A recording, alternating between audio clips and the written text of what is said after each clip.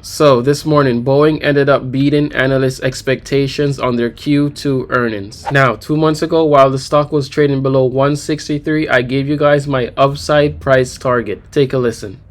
The next stock is Boeing, ticker symbol BA. So long term, I'm looking for Boeing stock to get back to 236. Now, as you guys can see, that target has now been hit. Overall, since the releasing of that video, Boeing stock had posted a return of over 51%.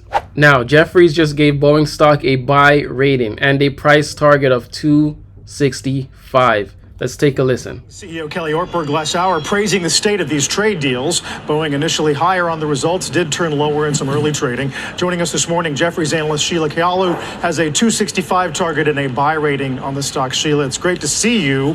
Some of these numbers are impressive in defense, revenue, services, free cash flow. Obviously, you clearly don't think the street has quite caught up yet. Yeah, I think these results were very good across the board. Commercial and services beat our margin estimate. Defense did really well. The free cash flow burn was only $200 million. Street anticipated about $2 billion. Free cash flow burn year to date is 2.2. These numbers overall are very solid. Where do you think, any idea about why we took a turn lower here this morning? I think stock's up 33% year to date at 230, one of the best performers year to date. I think it's just taking a breather. We already saw the 737 and 87 rates going to 38 and 7 a month when Boeing reported deliveries 2 weeks ago. And so maybe the street wants to see more free cash flow momentum. But I think the tariff point is one to harp on with Boeing because I think it's one of the best tariff plays out there, just given the order momentum the company could build on. Right. It definitely it carries a lot of water on trade when we're talking about buying and selling an aircraft. This IAM issue regarding the defense workers in St. Louis, is that going to get material? I think it'll pass, and it's only 2% of the workforce, much smaller than Renton was at about 30%. Yeah, I just wanted to follow up on what you just said about trade, which is a big deal, and Kelly sounded very complimentary of the administration.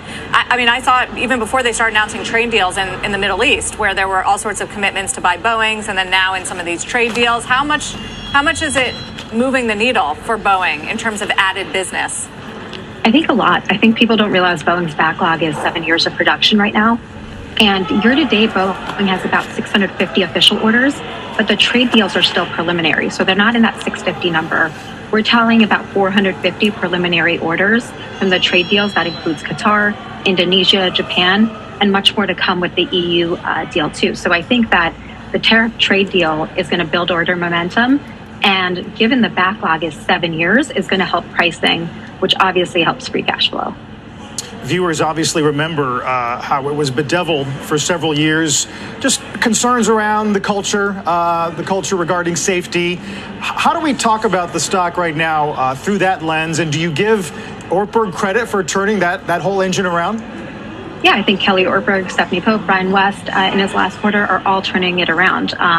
Kelly's being very, programmatic, systematic with how he's thinking about the rate increases. We've now reached 38 a month on the 737, which is 50% of Boeing's free cash flow on our estimates. So thinking about going up in rate, but taking a close look at the KPIs and staying at the same rate for 6 months before really increasing. So I think it's slow and steady wins the race, and the momentum's building, and the culture seems to be moving forward in a positive manner. On that monthly production rate, what's a truly aspirational number? I've seen 42 thrown around, but what do you have in your models for the coming years?